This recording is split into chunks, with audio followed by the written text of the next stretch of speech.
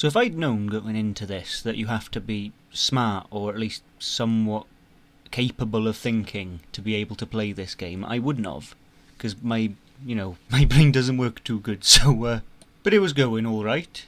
The little clone dudes are happy. Food, bed, and then a minute or two later, there's a tunnel full of piss and carbon dioxide leaking through the roof. So it worked for a while at least. My only real goal going into it was to try and keep them alive on that sort of area between death and not death, where they could still work, dig a tunnel, build something. But they stayed that way for a while. Oh, I also went to dig to the cave below that had Cthulhu's cock hiding in it, but this makes no sense just speaking it. If you wait a minute, it'll make somewhat sense, or not really. It's not my problem. I've spoken my bit now. That's all that matters.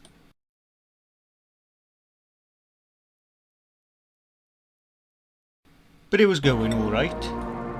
So I wasn't going to include this bit at all, but if you just look at the big words they're using in the loading screen and the main menu, if this is anything like what it's going to be in the real thing, I might as well just give up now. And that's without even looking at this character customization crap, which I'm just going to ignore. There's no point. They're not going to live, so why bother caring about them at all?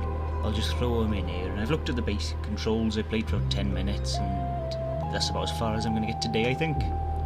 But it'll do.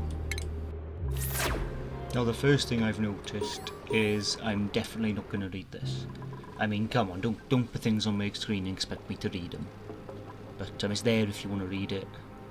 It's there long enough anyway.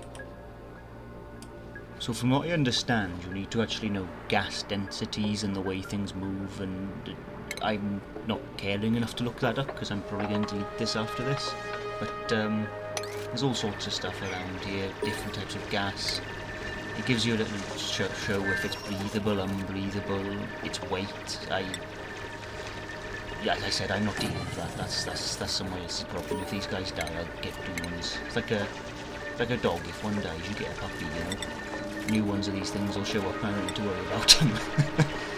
And before someone says something, no, they're not slaves. They're just unpaid workers. I think that's how you're supposed to say it. Gets past the unions and everything that way. So I might skip over some of this now and wait till something interesting happens, because a lot of this starter bit is just build a box, build a bed, don't piss on the floor, all the simple stuff. I'll just throw it back in when something actually worth watching happens, or something kind of interesting. So I'm no expert, but I'm pretty sure I can't breathe carbon dioxide. I'm not sure a tile is going to stop them either, so this might be my unpaid worker's death here. But like I said, I can always just get more, so it's really no biggie, Healthcare's not cheap in this world, so if one gets sick, it might be going the same way as Old Yeller. Okay, so since last time, some pause this, I've blocked up this area that was leaking poison, so everyone's a bit happier. We've got a manual generator here, like a hamster wheel. It's some sort of torture, I think, but they seem to like it. See? He's loving it. This is disgusting looking and giving us oxygen apparently. Not very well though, because most of this still isn't very breathable. And I want to expand a bit this way and hopefully not fall into there. I've got my monolith down here. It says it's a steam vent. I'm choosing to believe it's not. Looks like some sort of religious symbol. I'm keeping this. I want to put it in a cage or something. Got water here. Right next to the toilet where they're bottling their urine. There's piss in bottles. I don't know who does that, but they seem happy. They got a sink, their own bedroom, which might have some gas coming into it, but they don't need to know that. I mean, what house doesn't have a small carbon dioxide problem, Nothing you can do about that. I really wish these guys had stopped complaining. Anyone would think they didn't have oxygen or something, It's almost as if they can't breathe down here. There's no work ethic, is there? Come on. What have we got? What's that? Okay. Does he do anything? Come analyse that. What does that do? Did I win? Is that a win? I feel like that was worthless. What was the point in that? I spent all that time trying to get down there and now there's nothing there. What the hell was the point of that? And there's piss piranhas. What is wrong with this place? I'm going to be honest now. In about 10 minutes I am going to turn this off and probably not play it again.